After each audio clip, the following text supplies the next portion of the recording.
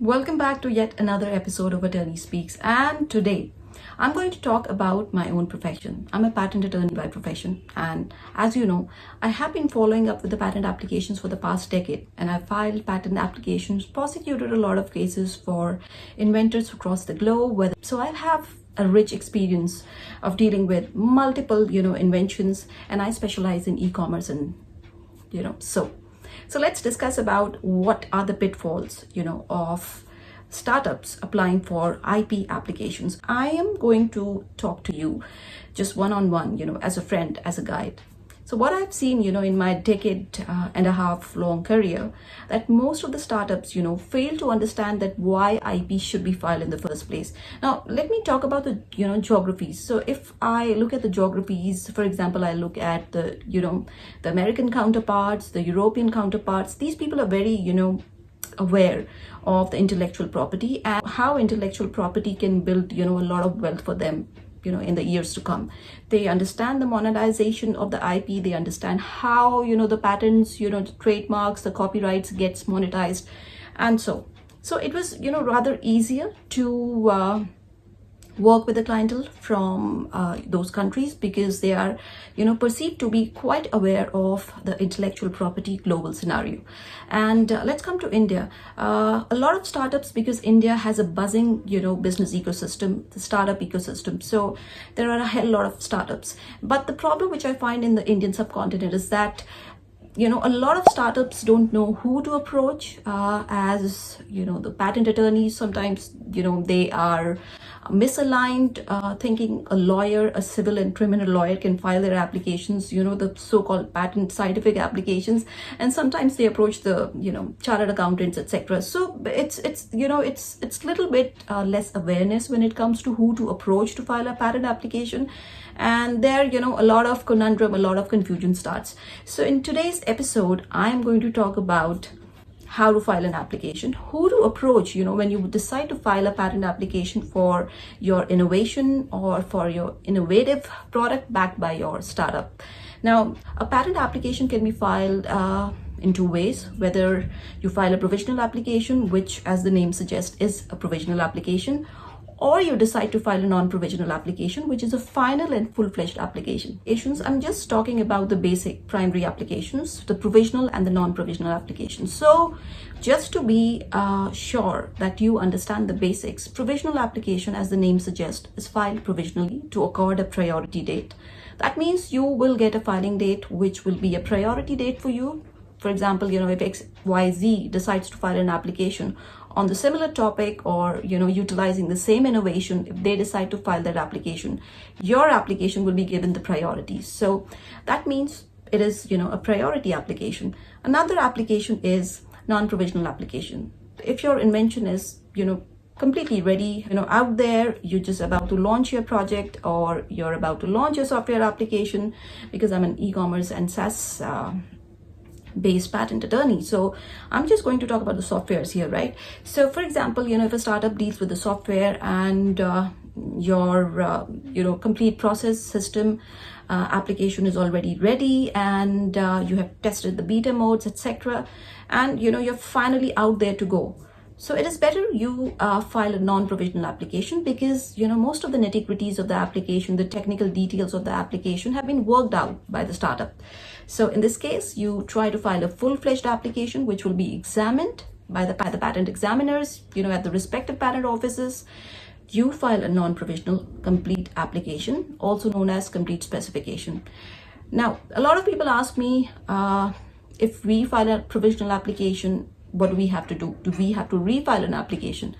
Yes, of course, within 12 months, you have a 12 months window. So within 12 months, you have to file a final full-fledged complete specification, also known as the complete, application or the non-provisional application. So yes, this 12 months, the exact time and the time window in which you need to apply for the final application. And sometimes, some of the territories give grace periods, but it's, not there that much. So try to file your application. If you are filing a provisional application as a base application, you should file your non-provisional application within 12 months window, right? So that's easier for you.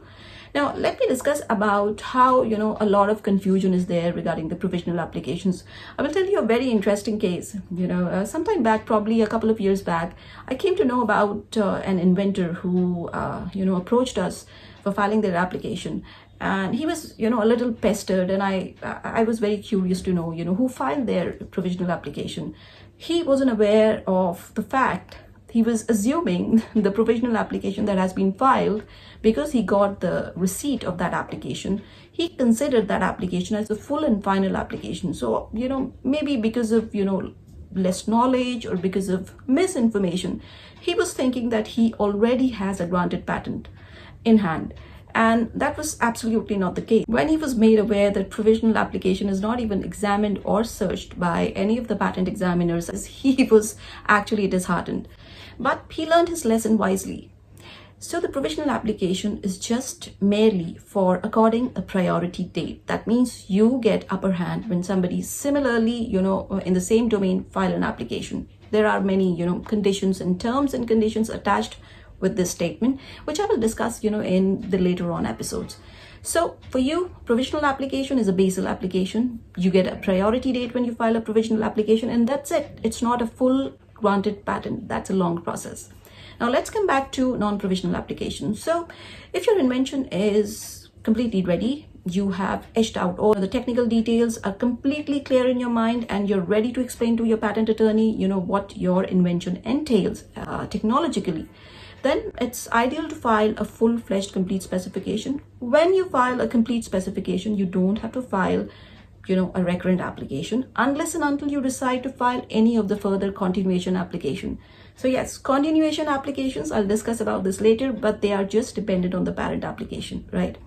So if you decide to file a non-provisional application, you don't have to follow up with any other application, and that's a final application which will be examined and searched by the patent examiner of the respective patent office. Remember this thing, that you get a receipt for both the applications, but the provisional application is not the application. It's just a basal application. You know that apart from, non-provisional and provisional applications, which falls under a broader umbrella of utility applications, you have different applications. You have design application as well. Do you know about design? So design patent application just, protect the ornamental aspect, aesthetics of the design. It's not meant to protect any of the utility or utilitarian functionality. Understand this thing. There's a difference between design application and a full-fledged utility application. It's better that you understand that as far as its ornamentation and aesthetics is concerned, no functionality can be claimed in a design patent application. A lot of inventors, startups, they get confused. They think that, it's easier to apply for a design application, and they think they've got, the utility application in place. But no, it just protects the design, and that's it. Designs are easier to tweak and easier to, copy also. So you can understand the kind of protection design patent confers. But having said that, it's important for you to understand how utility applications differ from design patent applications. Now let's move on to something new, okay? And that is another IP, which is copyright. Sometimes when you have a novel design or, probably an ornamentation or aesthetic design, you end up filing a design application.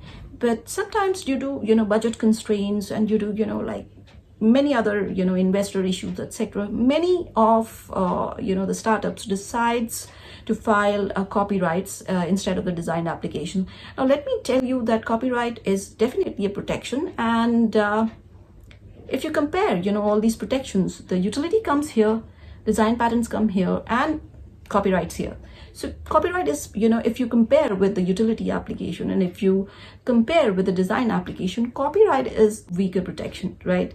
But it depends upon your budget, your economics, your, shelf life of the product, and you decide to file your invention accordingly, okay? Now, I'll tell you what mistakes startups do, initially in the beginning. So most of the startups are keen on protecting their IP. So a lot of startups initially starts with the applications. They file provisional, couple of, design, etc. And they lose track of that. They don't track their applications. And meanwhile, when they receive, the ongoing communication about objections, which are also known as office actions, a lot of startups fail to respond to that. What happens afterwards is your application lapses, And in case you want to revive your application, there is a heavy penalty because the startups, are actually low on funds. They decide to file an application just to accord a priority date or just to, showcase their applications to the investors and, fail to follow up with the office actions. And eventually the application lapses and you just end up with nothing but just, a mere filed application. But having said that, let me tell you one thing which is very interesting. Even if you file an application, right, and you don't keep a track of that, you don't respond to applications, office actions, etc., other communication, but understand one thing, your application will be published within a span of 18 months. In most of the territories, in most of the patent offices, it's always 18 months. So if your application, publish after 18 months, it definitely creates a barrier to entry for other applications. So if anybody decides to file the application, on the same concept later on, your application can pose to be a prior art for that particular application. It's very important for you as an innovator to understand that certain inventions can't be patented, right? If you have a sort of a business method, which is a pure business method, right? Just a mental trick or, a process, steps of playing a game, etc. You can check out the patent law of different countries. These kind of abstract ideas are generally unpatentable, but there's a fine line between the software patents. So if your software clears a certain technicality threshold and if it operates at the level of architecture of the computer, it's a complex language. If at all it operates at the level of architecture of computer, then you can, qualify for, a legit software patent application, a grant also. So there are different thresholds, and it's better you consult your patent attorney, your patent agent before you file such applications, because it's of no use to basically repent over filed application, to spend your energy, your efforts, your finances on application only to know that the abstract idea is not patentable, right? Most of the time, because being an e-commerce and software attorney, I have found most of the inventors, they try to file applications for software which are nothing but abstract ideas, and they end up being disqualified and not granted. Sometimes they file for pure business methods, sometimes they file business methods with the application of computers, thinking that the application is going to be granted. But the technicality threshold, as I've already spoken to you, the technical effect is very important when you file a software or a hardware, etc. application. So these are, some of the nitty-gritties which will be better explained to you by your patent attorney. If you want to join my patent search course, you can always find the link below. It's linked in the bio, and you can join courses.patfrigate.com, enroll in and access our patent search 4 to 5 module course, very quick and short, so that you understand how patent searches are done professionally. Also, if you're just interested to have a look over our business communication course, you have the link below in the description. If you're interested to consult me for IP strategy, patent advisory, you can always book an appointment on Calendly below.